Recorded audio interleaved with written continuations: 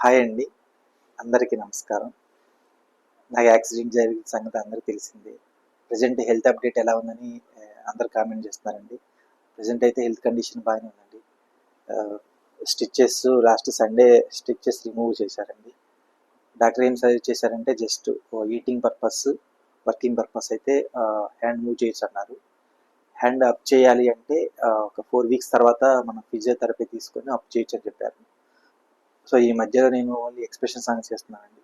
Full ఫ్లెడ్జ్డ్గా తగ్గిన తర్వాత ఆ డాన్స్ వీడియో చేయొచ్చా లేదని డాక్టర్ సజెషన్ తీసుకొని చేస్తానండి. అసలు యాక్సిడెంట్ ఎలా జరిగిందనే క్లిప్పింగ్స్ అనేది మన నెక్స్ట్ వీడియోలో చూద్దాము.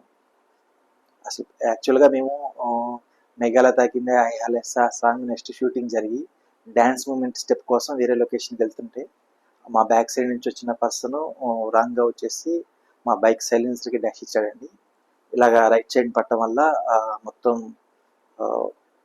రైట్ సైడ్ మొత్తం ఇలా జరిగిపోయాయండి. హాయ్ ఫ్రెండ్స్, అందరికీ నమస్కారం అండి. మన స్క్రీన్ మీద చూస్తున్నట్టుగా మేఘాలయ తాకింద ఐహాలెస్ షూట్ చేస్తున్నప్పుడు యాక్సిడెంట్ జరిగిందండి. యాక్సిడెంట్ జరిగినప్పుడు ఆ ఫేస్ గాయాలయ్యాయి చూడండి, మన స్క్రీన్ మీద కనిపిస్తున్నాయి.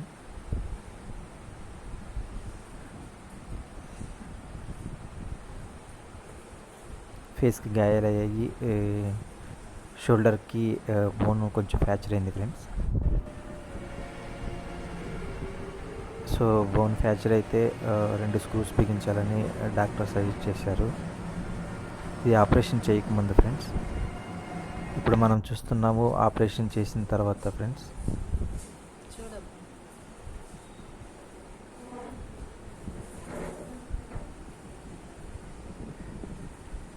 సో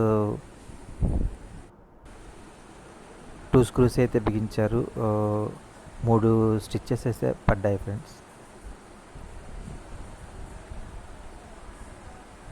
నెక్స్ట్ మనము ఎక్స్రే రిపోర్ట్లో ఎలాగ స్క్రూస్ బిగించాయి అనేది మనం చూద్దాం ఫ్రెండ్స్.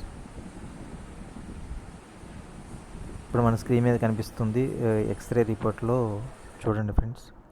ఆ 2 క్రాస్గా ఉన్నాయి చూసారా, అవి బిగించారు.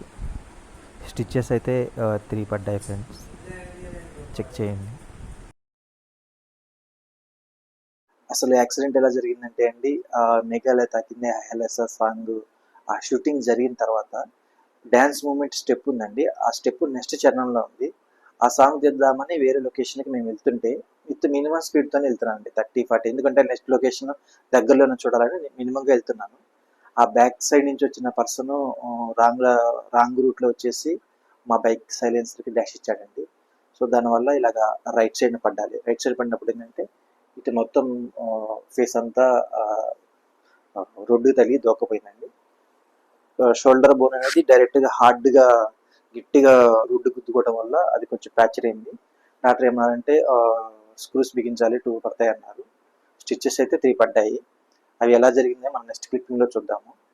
కానీ ఇమీడియట్గా యాక్సిడెంట్ జరిగిన వెంటనే మా ఆవిడ కోపంతో ఏమన్నారంటే కేసు పెట్టేస్తానని చెప్పి యాక్సిడెంట్ చేసిన పర్సన్ చెప్పారు. తను ఏంటంటే స్టూడెంట్ కాబట్టి నేను వద్దని చెప్పాను.